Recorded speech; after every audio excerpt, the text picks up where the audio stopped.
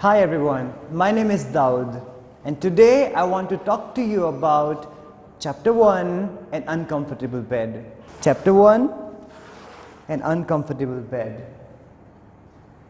Okay, so the author of this story is Guy de Maupassant. He belongs to France. He was a French writer. The pronunciation of his name is something like this, Guy de Maupassant, and we will now talk about the main characters in the story. The main characters of the story is the writer, the author, the narrator himself, Guy de Maupassant, and his friends. And we are going to, you all have already studied this chapter before. An Uncomfortable Bed is actually an amusing story where a man, the narrator, is staying with his friends at a chateau. Meaning of this word amusing is funny. So this story is funny story and we will see a lot of sense of humor in this story. You know, when we studied it before, we saw a lot of sense of humor in this. Today we are just revising it. We are just going to, we are going to discuss these points, and you know, in short we will discuss the story today.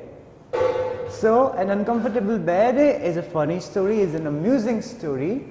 The narrator has decided to visit his friends and he has gone to stay there, and it's a chateau. The meaning of the word chateau is a French word which means castle. Alright, so get the scene clear in your head. Guy de Maupassant, narrator, has decided to visit his friends and he's now going there. He's going to stay there, and that's a castle. Alright, his friends were fond of practical jokes. So interestingly, all his friends are fond of practical jokes. All his friends, we can say, they are all practical jokers. Children, do you know the difference between a joke and a practical joke? Okay, I'll tell you the difference. If I say something to you right now, if I tell you a joke right now, that will be just a joke. But if I'm about to sit here and there is a chair here, and if someone comes and removes the chair, and when I try to sit, I fall down, that is a practical joke. We should never try practical jokes with our elders. Practical jokes may hurt. Alright, so they are all fond of practical jokes. They all love practical jokes.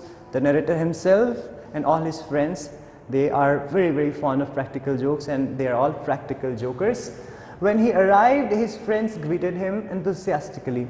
So he has reached there, and when he's there, all his friends are very excited and they are greeting him with sarcasm and with so much enthusiasm that he has started to suspect. He has started to think, oh my God, have you ever been in a situation when you knew that something bad was going to happen with you and you were just waiting that when would be that moment? Let's say sometimes we score bad marks, poor marks in exams, and our report card, our progress report our parents are going to see the report card, and that is the feeling, you know, when we know that something bad is coming, something bad is going to happen with us, and we are just afraid and we are anticipating. That is the kind of feeling the author, the narrator, is going through right now. He is, you know, since they are all practical jokers, he's thinking anytime they can play any prank on me. So he's being overcautious. His friends then laughed too much at dinner. Alright, so they were laughing all the time, and this made him cautious. This made him overcautious. He started to behave in a very cautious manner. And then the narrator, through his own actions, ended up becoming a subject of the laughter of his friend. He went there to spend some time with his friends. Alright, and now he was prepared for the prank. He was over prepared, we can say. In everything he would suspect something, while actually his friends this time never planned any prank for him. It was his own overcautious behavior which led him through, which made him meet his worst nightmare. He didn't want to be the subject of their joke. He did not want to be the victim of their prank, but his own behavior made him do so. How did this happen? I hope you remember. He went to his room and he started to close the shutters and the curtains, and he even changed the place of his bed.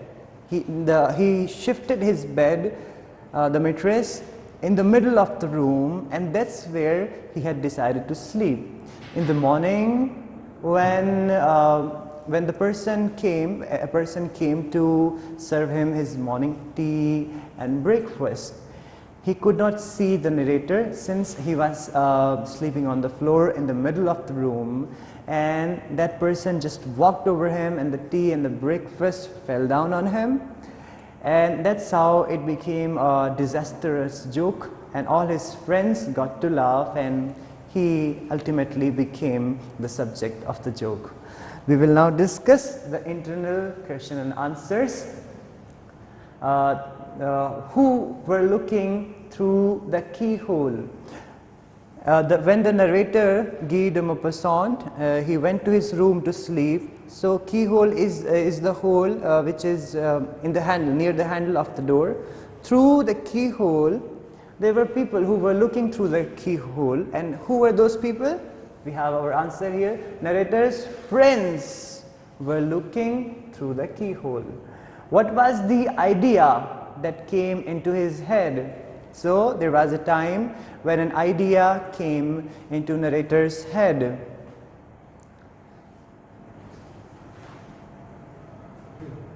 You will find the answer of question number 1 on page number 1. Okay, this has been taken from your book, page number 1. Let's talk about question number 2. What was the idea that came into his mind?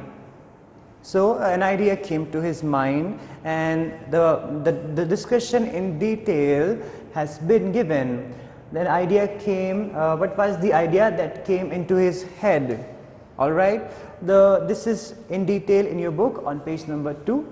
The idea came into his head that his candle might suddenly go out and leave him in the darkness. So this is the idea that came to his mind. So he decided to light all the candles that he could find, and this is what he did. Okay, how did the valet trip? The meaning of this word valet is a person who is a domestic worker. All right. So here we have our answer. He tripped over the unexpected bed in the middle of the floor and fallen on his stomach, spilling the narrator's breakfast. So the valet came to serve the tea and breakfast to the narrator, but our narrator, he is right there in the middle, he's right there in the middle of the floor, and this valet couldn't see him. Obviously, why would he be able to see him? And he fell down on him and everything, as we have our answer here, fallen on his stomach, spilling the narrator's breakfast. Okay, can we discuss other question and answers now? Okay, let's discuss. Should we talk about these question answers now? Let's revise. Question number 1. My friends were fond of practical jokes. I do not care to know people who are not. From the second sentence, what do you think the speaker valued in his friends? So pay attention on the second sentence. I do not care to know people who are not.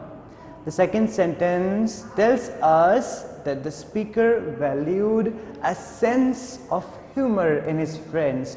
His friends had a great sense of humor, and that is something the narrator used to like a lot about his friends. Second part, can you find any evidence in the text that supports the first sentence? Do we have any proof, any evidence in the text, in the literature, in the chapter that supports this first sentence, my friends were fond of practical jokes? Let's talk about the answer now.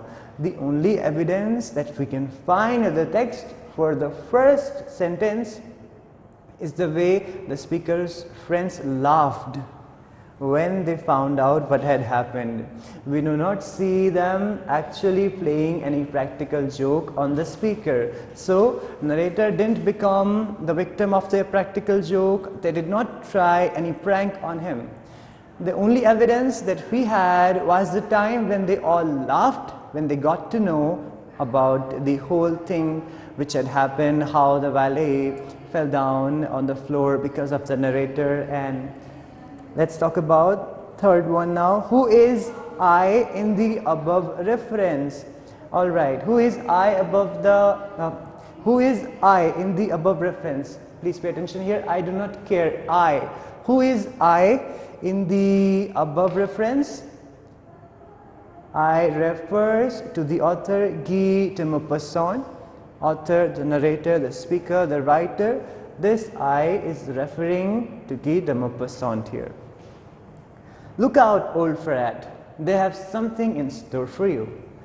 Another meaning of Ferrat is to find something by searching carefully. Why do you think the speaker called himself a Ferrat? A Ferrat is a cat-like animal who is always busy chasing rabbits, and he is always looking for rabbits to eat. But the other meaning of Ferrat is to find something by searching carefully. Why do we think the speaker called himself a Ferrat? What is the answer of this question? Let's find out.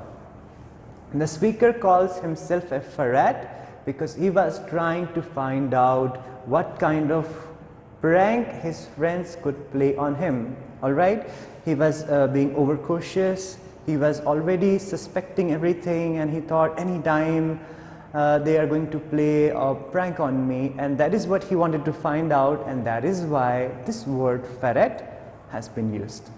Let's talk about second one. What did he think his friends had in store for him? Alright, let's get the answer. The speaker thought that his friends had set some kind of trap for him or set him up for a practical joke. So he was always living in this misunderstanding the whole time that his friends must have planned some prank for him, and they are going to he thought that they would trap him anytime, and they would make him the subject of their joke and their laughter.